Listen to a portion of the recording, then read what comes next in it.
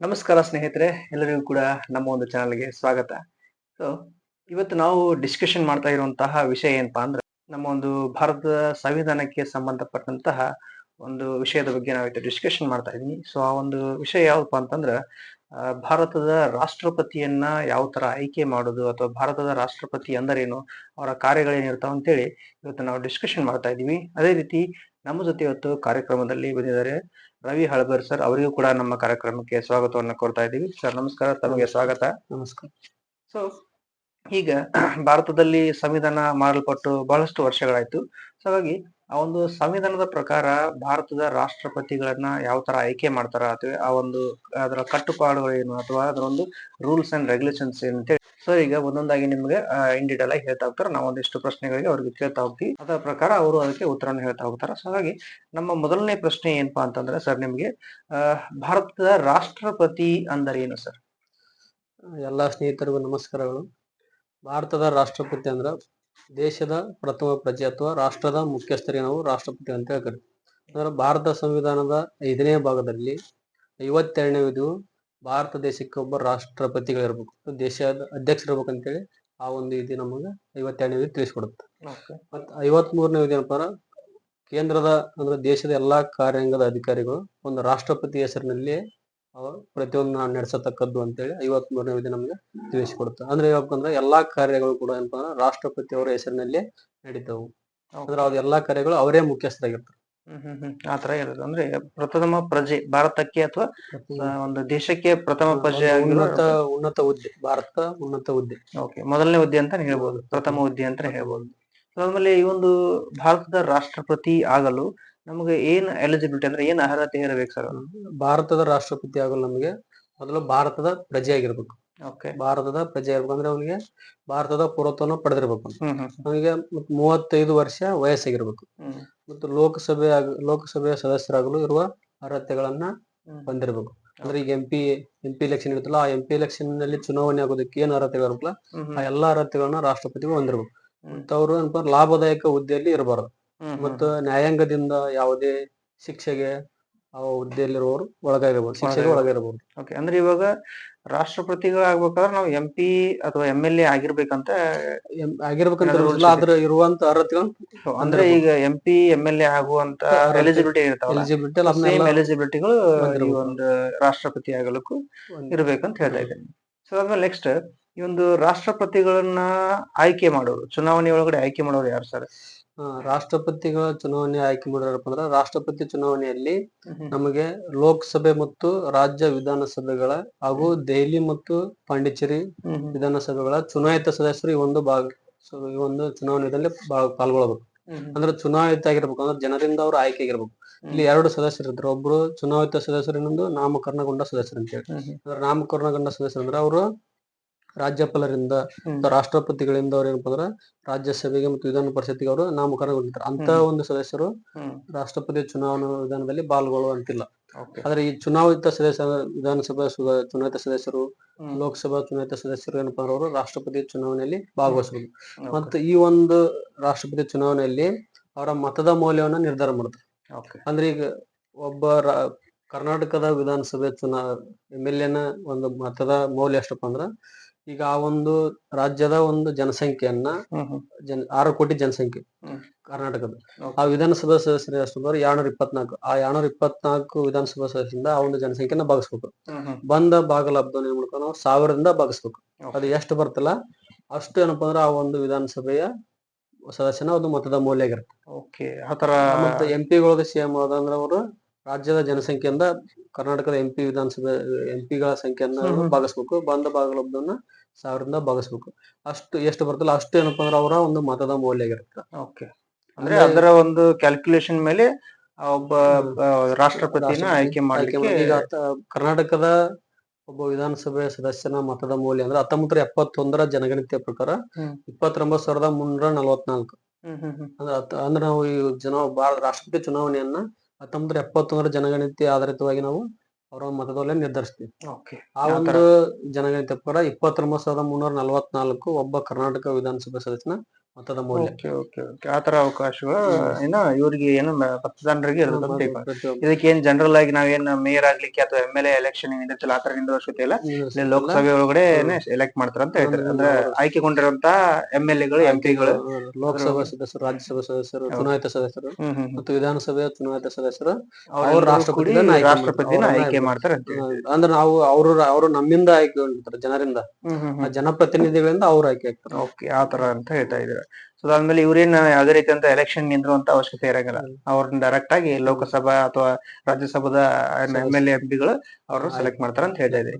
So ಅದಾದ್ಮೇಲೆ next ಈ ಒಂದು ರಾಷ್ಟ್ರಪತಿ ಕಾರ್ಯ ಅಂದ್ರೆ ಅದ್ರ ಕೆಲಸ ಏನ್ ಮಾಡ್ತಾರೆ ಸರ್ ರಾಷ್ಟ್ರಪತಿಗಳು?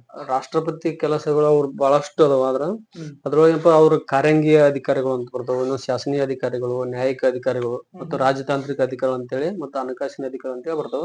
ನಾವು ಇಂಪಾರ್ಟೆಂಟ್ ಕಾರ್ಯಗಳೇನಪ್ಪ ಅಂದ್ರೆ ಅವರು ಮೊದಲ ಕಾರ್ಯ ಏನಪ್ಪ ಅವರು ಸಂವಿಧಾನದ 85ನೇ ವಿಧಿ ಪ್ರಕಾರ ರಾಷ್ಟ್ರಪತಿಗಳು ಏನಪ್ಪ ಲೋಕಸಭೆ ಅಧಿವೇಶನವನ್ನು ಕರೀತಾರ. ಮತ್ತ ಪ್ರಧಾನ ಮಂತ್ರಿಗಳ ಶಿಫಾರಸ್ಸಿನ ಮೇರೆಗೆ ಏನಪ್ಪ ಅಂದ್ರೆ ಲೋಕಸಭೆಯನ್ನು ವಿಸರ್ಜನೆ ಮಾಡುವಂತ ಅಧಿಕಾರ ಇರ್ತಾವ್ರಿ. ಅಂದ್ರೆ ಪ್ರತಿ ವರ್ಷದಲ್ಲಿ 2 ಅಧಿವೇಶನಗಳು ನಡೀತಾವ. ಒಂದು ಮುಂಗಾರು ಅಧಿವೇಶನ ಮತ್ತು ಹಿಂಗಾರು ಅಧಿವೇಶನ ಅಂತ ಚಳಿಗಾಲದ ಅಧಿವೇಶನ ಅಂತೇಳಿ. ಆ ಎಲ್ಲಾ ಅಧಿವೇಶನಗಳೇನಪ್ಪ ರಾಷ್ಟ್ರಪತಿಯವರ ಶಿಫಾರಸ್ಸಿನ ಮೇರೆಗೆ, ಅವರ ಅನುಮತಿಯ ಮೇರೆಗೆ ಆ ಒಂದು ಕಲಾಪಗಳನ್ನ ಅಧಿವೇಶನಗಳನ್ನ ನಡೆಸ್ತಾರ. ಇನ್ನೊಂದ್ ಏನಪ್ಪ ಅವರು ರಾಷ್ಟ್ರಪತಿಗಳು ಏನಪ್ಪಾ ಅಂದ್ರೆ ಅವರು ಯಾವುದೇ ಒಂದು ಶಾಸನ ಲೋಕಸಭೆಯಲ್ಲಿ ಅಥವಾ ರಾಜ್ಯಸಭೆಯಲ್ಲಿ ಪಾಸ್ ಆದಂತ ಶಾಸನ ಆ ರಾಷ್ಟ್ರಪತಿಗಳ ಅಂಕಿತ ಬಿದ್ದಾಗ ಮಾತ್ರ ಅದೊಂದು ಕಾಯ್ದೆ ಆಗಕ್ಕೆ ಸಾಧ್ಯ. ಫೈನಲ್ ಆಗಿ ಅದು ಜಾರಿಗೆ ಬರಬೇಕಾದ್ರೆ ರಾಷ್ಟ್ರಪತಿಗಳ ಅಂಕಿತ ಆಗ್ಬೇಕು. ಯಾವುದೇ ರೂಲ್ಸ್ ಅಂಡ್ ರೆಗ್ಯುಲೇಷನ್ಸ್ ಹೊಸ ರೆಗ್ಯುಲೇಷನ್ ಆಗ್ಬೇಕಂದ್ರೆ ಅವರು ಮುಖ್ಯವಾಗಿ ಏನಪ್ಪಾ ಅಂದ್ರೆ ಪ್ರಧಾನ ಮಂತ್ರಿಗಳನ್ನ ನೇಮಕ ಮಾಡ್ತಾರ. ರಾಷ್ಟ್ರಪತಿ 75ನೇ ವಿಧಿಯ ಪ್ರಕಾರ ಲೋಕಸಭೆಯಲ್ಲಿ ಚುನಾಯಿತ ನಾಯಕನನ್ನ, ಲೋಕಸಭೆಯಲ್ಲಿ ಬಹುಮತ ಪಡೆದ ಪಕ್ಷದ ನಾಯಕನನ್ನ ಅವನು ಪ್ರಧಾನಮಂತ್ರಿ ಅಂತೇಳಿ ರಾಷ್ಟ್ರಪತಿಗಳು ಆಯ್ಕೆ ಮಾಡ್ತಾರೆ. ಮತ್ತು ಆ ಪ್ರಧಾನಮಂತ್ರಿಯ ಶಿಫಾರಸ್ಸಿನ ಮೇರೆಗೆ ಉಳಿದ ಮಂತ್ರಿಗಳನ್ನ, ಸಚಿವರನ್ನ ನೇಮಕ ಮಾಡ್ತಾರ ರಾಷ್ಟ್ರಪತಿಗಳು. ಅನಂತರ ರಾಜ್ಯಸಭೆಯ ಸಭಾಪತಿಗಳನ್ನ, ಲೋಕಸಭೆಯ ಸಭಾಪತಿಗಳನ್ನ ಇವ್ರೇನಪ್ಪ ಅಂದ್ರ ಆಯ್ಕೆ ಮಾಡ್ತಾರ ರಾಷ್ಟ್ರಪತಿಗಳು. ಇನ್ನೇನಪ್ಪ ನ್ಯಾಯಿಕ ಕಾರ್ಯಗಳು ಅಂತ ಬರ್ತವೆ ರಾಷ್ಟ್ರಪತಿಗಳು. ನ್ಯಾಯಿಕ ಕಾರ್ಯ ಅಂದ್ರ ನ್ಯಾಯಾಂಗಕ್ಕೆ ಸಂಬಂಧಿಸಿದ ಕಾರ್ಯಗಳು. ಅಂದ್ರೆ ನ್ಯಾಯಾಂಗಕ್ಕೆ ಸಂಬಂಧಿಸಿದ ಕಾರ್ಯಗಳಪ್ಪ ಸರ್ವೋಚ್ಚ ನ್ಯಾಯಾಲಯದ ನ್ಯಾಯಾಧೀಶರನ್ನ ಮತ್ತು ಉಚ್ಚ ನ್ಯಾಯಾಲಯದ ನ್ಯಾಯಾಧೀಶರನ್ನ ರಾಷ್ಟ್ರಪತಿಗಳೇ ನೇಮಕ ಮಾಡ್ತಾರೆ. ಇನ್ನೊಂದು ಇಂಪಾರ್ಟೆಂಟ್ ಅವ್ರ ಕಾರ್ಯ ಏನಪ್ಪಾ ಅಂದ್ರ ಈ ದೇಶದ ಯಾವುದೇ ನ್ಯಾಯಾಲಯ ಒಬ್ಬ ವ್ಯಕ್ತಿಗೆ ಗಲ್ಲು ಶಿಕ್ಷೆ ಆಗಿರ್ಬೋದು ಅಥವಾ ಜೀವಾವಧಿ ಶಿಕ್ಷೆನ ನೀಡುತ್ತಂದ್ರ 72ನೇ ವಿಧಿಯ ಪ್ರಕಾರ ರಾಷ್ಟ್ರಪತಿಗಳು ಆ ಒಂದು ಗಲ್ಲು ಶಿಕ್ಷೆನ ರದ್ದುಪಡಿಸಬಹುದು. ಒಬ್ಬ ವ್ಯಕ್ತಿಗೆ ನೀಡಿದ ಗಲ್ಲು ಶಿಕ್ಷೆನ ರದ್ದುಪಡಿಸಬಹುದು ಅಥವಾ ಆ ಒಂದು ಶಿಕ್ಷೆನ ಕಡಿಮೆ ಮಾಡಬಹುದು. ಅಥವಾ ಜೀವಾವಧಿ ಶಿಕ್ಷೆ ಇದ್ದದನ್ನ ಅದನ್ನ ಇಷ್ಟು ವರ್ಷ ಅಂತೇಳಿ ಮಾಡಬಹುದು, ಗಲ್ಲು ಶಿಕ್ಷೆನ ರದ್ದುಪಡಿಸಬಹುದು. ಈ ರೀತಿಯಾದಂತ ಕಾರ್ಯ ಐತಿ. ಆದ್ರ ರಾಷ್ಟ್ರಪತಿಗಳು ಶಿಕ್ಷೆನ ಬದಲಾಯಿಸಬಹುದು. ಆದ್ರೆ ಅವ್ರನ್ನ ಯಾವುದೇ ತಪ್ಪು ಮಾಡಿಲ್ಲ ಅಂತ ಹೇಳೋದಕ್ಕೆ ಅವ್ರಿಗೆ ಅಧಿಕಾರ ಇಲ್ಲ. ತಪ್ಪು ಮಾಡಿಲ್ಲ ಅಂತ ಹೇಳೋದಕ್ಕೆ ಅಧಿಕಾರ ಇಲ್ಲ. ಆದ್ರ ಆ ಒಂದು ಶಿಕ್ಷೆನ ಪ್ರಮಾಣ ಕಡಿಮೆ ಮಾಡಬಹುದು ಅಂತ ಹೇಳ್ತಾ ಇದ್ರಿ. ಸೊ ಆತರ ಅವ್ರ ಕಡೆ ರೈಟ್ಸ್ ಇದಾವ ಅಂತ ಹೇಳ್ತಾ ಇದ್ರಿ. ಮತ್ತೆ ಸಂವಿಧಾನದ 280ನೇ ವಿಧಿ ಪ್ರಕಾರ ಅವ್ರ ಹಣಕಾಸು ಆಯೋಗನ ನೇಮಕ ಮಾಡ್ತಾರೆ.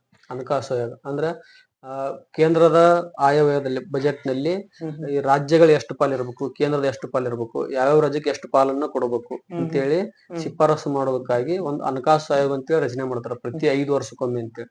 ಆ 5 ವರ್ಷ ಅವ್ರ ಅಧ್ಯಕ್ಷರು ಇರ್ತಾರ, ಅದ್ರ ಒಂದು ಕೆಲವು ಸದಸ್ಯರು ಇರ್ತಾರ.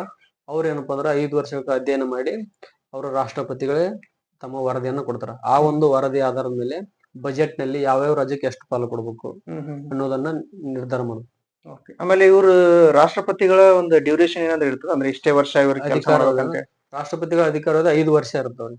ಆ 5 ವರ್ಷಕ್ಕಿಂತ ಮುಂಚೆ ಅವ್ರ ಏನ್ ಮಾಡೋದಂದ್ರ ತಮ್ಮ ಹುದ್ದೆಗೆ ರಾಜೀನಾಮೆಯನ್ನು ಕೊಡಬಹುದು. ಈಗ ಒಂದ್ 5 ವರ್ಷ ಅವ್ರ ರಾಷ್ಟ್ರಪತಿಗಳಿಗೆ ಅವ್ರು ರಾಜೀನಾಮೆಯನ್ನು ಕೊಡಬಹುದು 5 ವರ್ಷ ಆದ ನಂತರ. ಮತ್ತೆ 5 ವರ್ಷ ಆದ ನಂತರನು ಕೂಡ ಏನಪ್ಪಾ ಅಂದ್ರ ಅವರು ಮರು ಚುನಾವಣೆಗೆ ನಿಲ್ಬಹುದು, ಮರು ಚುನಾವಣೆಗೆ ಆಯ್ಕೆ ಆಗ್ಬಹುದು ರಾಷ್ಟ್ರಪತಿಗಳು. ಮತ್ತೆ ಒಂದ್ ವೇಳೆ ರಾಷ್ಟ್ರಪತಿಗಳು ಇಲ್ಲದೆ ಇದ್ದಲ್ಲಿ ಉಪರಾಷ್ಟ್ರಪತಿಗಳು ಏನಪ್ಪ ಅವರ ಒಂದು ಕಾರ್ಯಗಳನ್ನ ಕೆಲಸಗಳನ್ನ ನಿರ್ವಹಿಸ್ಕೊಂಡು ಹೋಗ್ತಾರೆ. ಒಂದ್ ವೇಳೆ ರಾಷ್ಟ್ರಪತಿ ಉಪರಾಷ್ಟ್ರಪತಿ ಹುದ್ದೆ ಏಕಕಾಲದಲ್ಲಿ ಖಾಲಿ ಆತಂದ್ರ ಸರ್ವೋಚ್ಚ ನ್ಯಾಯಾಲಯದ ಮುಖ್ಯ ನ್ಯಾಯಾಧೀಶರು ರಾಷ್ಟ್ರಪತಿಗಳ ಕೆಲಸವನ್ನ ನಿರ್ವಹಿಸ್ಕೊಂಡು ಹೋಗ್ತಾರೆ. ಅವಕಾಶಗಳಿರ್ತಾವ. ರಾಷ್ಟ್ರಪತಿ ಮತ್ತೆ ಇನ್ನೇನಪ್ಪ ಅಂದ್ರೆ ಅವರು ದೇಶದ ಪ್ರಮುಖ ಹುದ್ದೆಯಲ್ಲಿರುವಂತ ಮುಖ್ಯಸ್ಥರನ್ನ ರಾಷ್ಟ್ರಪತಿಗಳೇ ನೇಮಕ ಮಾಡ್ತಾರೆ. ಎಕ್ಸಾಂಪಲ್ ಹೇಳಪ್ಪ ಅಂದ್ರ ಚುನಾವಣಾ ಆಯೋಗದ ಮುಖ್ಯ ಆಯುಕ್ತರನ್ನ, ಇತರ ಆಯುಕ್ತರನ್ನ, ಲೋಕ ಸೇವಾ ಆಯೋಗದ ಅಧ್ಯಕ್ಷರನ್ನ, ಪರಿಶಿಷ್ಟ ಜಾತಿ ಆಯೋಗದ ಅಧ್ಯಕ್ಷರನ್ನ, ಪರಿಶಿಷ್ಟ ಪಂಗಡಗಳ ಆಯೋಗದ ಅಧ್ಯಕ್ಷರನ್ನ, ಇಂತ ಉನ್ನತ ಹುದ್ದೆಗಳನ್ನ ಮತ್ತೆ ರಾಷ್ಟ್ರೀಯ ಮಹಿಳಾ ಆಯೋಗದ ಅಧ್ಯಕ್ಷರನ್ನ ಈ ರಾಷ್ಟ್ರಪತಿಗಳೇ ಆಯ್ಕೆ ಮಾಡ್ತಾರ. ದೇಶದ ಉನ್ನತ ಹುದ್ದೆಗಳು ಉನ್ನತ ಹುದ್ದೆಗಳಿಗೆ ಅವರೇ ಆಯ್ಕೆ ಮಾಡೋದು, ರಾಷ್ಟ್ರಪತಿಗಳೇ ಆಯ್ಕೆ ಮಾಡ್ತಾರೆ. ಮತ್ತು ರಾಷ್ಟ್ರಪತಿಗಳ ಹೆಸರಿನಲ್ಲಿಯೇ ಎಲ್ಲಾ ಕೆಲಸ ಮತ್ತು ಕಾರ್ಯಗಳು ನಡೆದವು ಕೇಂದ್ರದ. ರಾಷ್ಟ್ರಪತಿಯ ಒಂದು ವಿವೇಚನೆ ಇಲ್ಲದೆ ಏನಪ್ಪಾ ಅಂದ್ರ ಯಾವುದೇ ಕೆಲಸ ಕಾರ್ಯಗಳು ನಡೆಯುವಂತೆ ಇಲ್ಲ. ಅಂದ್ರ ಅವರು ರಾಷ್ಟ್ರಪತಿಗಳು ನಾಮ ಮಾತ್ರದ ಮುಖ್ಯಸ್ಥರು. ಅಂದ್ರ ಅದೆಲ್ಲಾ ನೈಜ ಕಾರ್ಯಗಳು ಮಾಡೋದಪ್ಪ ಪ್ರಧಾನಮಂತ್ರಿಗಳು. ಅಂದ್ರ ಅವರ ರಾಷ್ಟ್ರಪತಿ ಹೆಸರಿನಲ್ಲಿ ಅವರೆಲ್ಲಾ ಕೆಲಸ ಕಾರ್ಯಗಳನ್ನ ಪ್ರಧಾನಮಂತ್ರಿಗಳು ನೀವು ಮುಂದುವರ್ಸ್ಕೊಂಡು ಹೋಗ್ತಾರೆ. ಅದಕ್ಕೆ ನಾವು ನಾಮ ಮಾತ್ರ ಕಾರ್ಯಾಂಗ ಅಂತ ಹೇಳ್ತಾರೆ. ನಾಮ ಫಲಕ ನಾಮಕ ಆಸ್ತಿ ಅಂತ ಹೇಳಿ ಅಂದ್ರೆ ಎಲ್ಲಾ ಕಾರ್ಯಗಳು ಅವ್ರ ಹೆಸರಲ್ಲಿ ನಡೆಸ್ಕೊಂಡು ಹೋಗೋರು ಪ್ರಧಾನಮಂತ್ರಿಗಳು. ಆತರ ಇರ್ತದೆ. ಅಂದ್ರೆ ಈಗ ರಾಷ್ಟ್ರಪತಿಗಳ ಒಂದು ಕಾರ್ಯಗಳ ಯಾವುದೇ ಇರ್ಬೋದು ಅವುಗಳನ್ನ ನಡೆಸೋರು ಏನಪ್ಪ ಪ್ರಧಾನಮಂತ್ರಿ. ಹೆಸರಿಗೆ ಮಾತ್ರ ಅವರು ನೈಜ ಕಾರ್ಯಾಂಗ ಪ್ರಧಾನಮಂತ್ರಿಗಳು, ನಾಮ ಮಾತ್ರ ಯಾರಪ್ಪ ಅಂದ್ರ ರಾಷ್ಟ್ರಪತಿಗಳು. ಮತ್ತೆ ಅವರು ರಾಷ್ಟ್ರಪತಿಗಳು ಬೇರೆ ದೇಶಕ್ಕೆ ರಾಯಭಾರಿಗಳನ್ನ ನೇಮಕ ಮಾಡ್ತಾರ. ಬೇರೆ ದೇಶಕ್ಕೆ ನಮ್ ಅಮೆರಿಕಕ್ಕೆ ರಾಯಭಾರಿ, ಭಾರತದಿಂದ ಅಮೆರಿಕಕ್ಕೆ ರಾಯಭಾರಿ, ಇಂಗ್ಲೆಂಡ್ಗೆ ರಾಯಭಾರಿ, ಚೀನಾಕ್ಕೆ ರಾಯಭಾರಿ ಯಾರ ಅವ್ರನ್ನೆಲ್ಲಾ ನೇಮಕ ಮಾಡೋದಾರಪ್ಪ ಅಂದ್ರ ರಾಷ್ಟ್ರಪತಿಗಳು. ಬೇರೆ ದೇಶದ ರಾಯಭಾರಿಗಳನ್ನ ಭಾರತಕ್ಕೆ ಬರಮಾಡಿಕೊಳ್ಳೋರು ರಾಷ್ಟ್ರಪತಿಗಳಾಗಿರ್ತಾರೆ. ಈಗ ಅಮೆರಿಕದಿಂದ ಭಾರತಕ್ಕೆ ರಾಯಭಾರಿಗಳನ್ನ, ಬೇರೆ ಬೇರೆ ದೇಶಗಳಿಂದ ರಾಯಭಾರಿಗಳನ್ನ ಅವರೇ ಏನಪ್ಪ ಅಂದ್ರ ನೋಡ್ಕೊಂಡು ನೇಮಕ ಮಾಡ್ತಾರೆ. ಓಕೆ ಸರ್, ಈಗ ಹಾಗಾದ್ರೆ ಈಗ ಭಾರತದ ರಾಷ್ಟ್ರಪತಿಗಳನ್ನ ನೀವು ಅವರ ಕಾರ್ಯಗಳನ್ನ ಹೇಳಿದ್ರಿ. ಸೊ ಇವ್ರಿಗೇನಾದ್ರು ನಿರ್ದಿಷ್ಟವಾದ ಒಂದು ಸ್ಯಾಲ್ರಿ ಅಥವಾ ಏನಾದ್ರು ಅವ್ರಿಗೆ ಅಮೌಂಟ್ ಏನಾದ್ರು ಇರುತ್ತಾ? ಅಂದ್ರೆ ಪರ್ ಮಂತ್ಗೆ ಅಥವಾ ಪರ್ ಇಯರ್ಗೆ ಏನಾದ್ರು ಇರುತ್ತಾ? ರಾಷ್ಟ್ರಪತಿಗಳಿಗೆ ಅವ್ರ ಮಂತ್ಲಿ ಸ್ಯಾಲ್ರಿ ಇರುತ್ತೆ. ಅವ್ರಿಗೆ ಪ್ರತಿ ತಿಂಗಳು ಅವರಿಗೆ 5 ಲಕ್ಷ ರೂಪಾಯಿಗಳನ್ನ ಸ್ಯಾಲ್ರಿಯನ್ನು ಕೊಡ್ತಾರೆ ಅವ್ರಿಗೆ. ಅದ್ರ ಜೊತೆಗೆ ಅವರಿಗೆ ಬಾಡಿಗೆ ರಹಿತ ನಿವಾಸ, ಬಾಡಿಗೆ ರಹಿತ ಕಾರು, ಎಲ್ಲಾ ಒಂದು ಭೌತಿಕ ಸೌಲಭ್ಯಗಳಾಗಿರ್ಬೋದು, ಎಲ್ಲಾ ಸೌಲಭ್ಯ ರಾಷ್ಟ್ರಪತಿಗೆ ಉಚಿತವಾಗಿ ಎಲ್ಲ ಭಾರತ ಸರ್ಕಾರನೇ ಕಟ್ಟಿರ್ತಾವ್ರಿಗೆ. ಅನಂತರ ಅವರಿಗೆ ನಿವೃತ್ತಿ ಆದ ನಂತರ ರಾಷ್ಟ್ರಪತಿ ಹುದ್ದೆಯನ್ನ ತ್ಯಜಿಸಿದ ನಂತರ ಅವರಿಗೆ ಮಂತ್ಲಿ ಪಿಂಚಣಿ ಹಣವನ್ನ ಕೊಡ್ತಾರ ಅವ್ರಿಗೆ. ಓಕೆ, ಪೆನ್ಷನ್ ಕೂಡ ಪೆನ್ಷನ್ ಕೂಡ ಇರುತ್ತೆ ಅವ್ರಿಗೆ. ಓಕೆ, ಆತರ ಅವಕಾಶಗಳು ಇರ್ತಾವ ಅಂತ ಹೇಳಿದ್ರಿ. ಸೊ ಹಾಗಾದ್ರೆ ಈಗ ನಮ್ಮ ಭಾರತದ ಒಂದು ಸಂವಿಧಾನ ರಚನೆಗೊಂಡು ಬಹಳ ವರ್ಷವಾಯಿತು. ಸೊ ಆ ಒಂದು ವರ್ಷದ ಅವಧಿ, ಅದರ ಜೊತೆಗೆ ನಮ್ಮ ಭಾರತದ ದೇಶಕ್ಕೆ ಎಷ್ಟು ಜನ ಇಲ್ಲಿವರೆಗೂ ಕೂಡ ರಾಷ್ಟ್ರಪತಿಗಳು ಆಗಿದ್ದಾರೆ ಸರ್? ಭಾರತಕ್ಕೆ ಸಂವಿಧಾನ ಜಾರಿಗೆ ಬಂದ ನಂತರ ಸುಮಾರು 15 ಜನ ಭಾರತ ರಾಷ್ಟ್ರಪತಿ ಆಗಿರ್ಬೋದು. ನಂತರ ಪ್ರಥಮ ರಾಷ್ಟ್ರಪತಿಗಳಂದ್ರೆ ಬಾಬು ರಾಜೇಂದ್ರ ಪ್ರಸಾದ್ ಅಂತ ಹೇಳಿ ಇವ್ರು ಭಾರತದ ಪ್ರಥಮ ರಾಷ್ಟ್ರಪತಿಗಳು. ಇವ್ರೇನಪ್ಪ 2 ಅವಧಿಗೆ ಭಾರತದ ರಾಷ್ಟ್ರಪತಿಗಳಾಗಿ ಆಯ್ಕೆ ಆದ್ರು. 10 ವರ್ಷಗಳ ಕಾಲ ಭಾರತದ ರಾಷ್ಟ್ರಪತಿ ಆಗಿದ್ರು. ಈ ಬಾಬು ರಾಜೇಂದ್ರ ಪ್ರಸಾದ್ ನಂತರ ಅವರ ಎಸ್ ರಾಧಾಕೃಷ್ಣನ್ ಅವರು ಭಾರತದ ರಾಷ್ಟ್ರಪತಿಗಳಿದ್ರು. ಅನಂತರ ಜಾಕಿರ್ ಹುಸೇನ್ ಆಗಿದ್ರು. ಅವ್ರ ನಂತರ ವಿ ಗಿರಿ ಆಗಿದ್ರು. ಅನಂತರ ಜ್ಞಾನಿ ಜೈಲ್ ಸಿಂಗ್ ಆಗಿದ್ರು. ನಂತರ ನೀಲಂ ಸಂಜೀವ್ ರೆಡ್ಡಿ ಆಗಿದ್ರು. ಅನಂತರ ಫಕ್ರುದ್ದೀನ್ ಅಲಿ ಅಹ್ಮದ್, ಅದಾದ ನಂತರ ಆರ್ ವೆಂಕಟರಮಣ, ಶಂಕರ ದಯಾಳ್ ಶರ್ಮಾ, KR ನಾರಾಯಣನ್, ಅನಂತರ APJ ಅಬ್ದುಲ್ ಕಲಾಂ, ಪ್ರತಿಭಾ ಪಾಟೀಲ್, ಪ್ರಣಬ್ ಮುಖರ್ಜಿ, ರಾಮನಾಥ್ ಕೋವಿಂದ್ ಮತ್ತು ದ್ರೌಪದಿ ಮುರ್ಮು. ಪ್ರಸ್ತುತ ಈಗ ಯಾರಪ್ಪ ಅಂದ್ರ 2022ರಿಂದ ದ್ರೌಪದಿ ಮುರ್ಮು ಅವರು ಭಾರತ ರಾಷ್ಟ್ರಪತಿಯಾಗಿ ಮುಂದುವರಿತಾ ಇದ್ದಾರೆ ಇವಾಗ ಆಲ್ರೆಡಿ ಅಂತ ಹೇಳ್ತಾ ಇದ್ದೀರಿ. ನಮ್ಮ ಜೊತೆ ಈಗ ರವಿ ಹೆಳ್ಬರ್ ಸರ್, ಇದ್ರ ನಾವೇನು ಇವತ್ತು ಡಿಸ್ಕಷನ್ ಮಾಡಿದಲ್ಲ ಭಾರತ ರಾಷ್ಟ್ರಪತಿಗಳ ಬಗ್ಗೆ, ಸೊ ಅದನ್ನ ಕಂಪ್ಲೀಟ್ ಆಗಿ ನಮ್ಗೆ ಇನ್ಫಾರ್ಮೇಶನ್ ಕೊಟ್ಟಿದ್ದೀವಿ. ಅವ್ರಿಗೂ ಕೂಡ ಧನ್ಯವಾದಗಳು ಹೇಳ್ತೇನೆ ಸರ್. ಧನ್ಯವಾದಗಳು. ಸೊ ಇದಾಗಿತ್ತು ಕಂಪ್ಲೀಟ್ ಇನ್ಫಾರ್ಮೇಶನ್ ಅಬೌಟ್ ಭಾರತದ ರಾಷ್ಟ್ರಪತಿ ಅಂದರೆ ಏನಂತೇಳಿ. So thank you for watching this video. ನಮ್ಮ ಚಾನಲ್ ನ ಸಬ್ಸ್ಕ್ರೈಬ್ ಮಾಡೋದನ್ನ ಮರಿಬೇಡಿ. Thank you.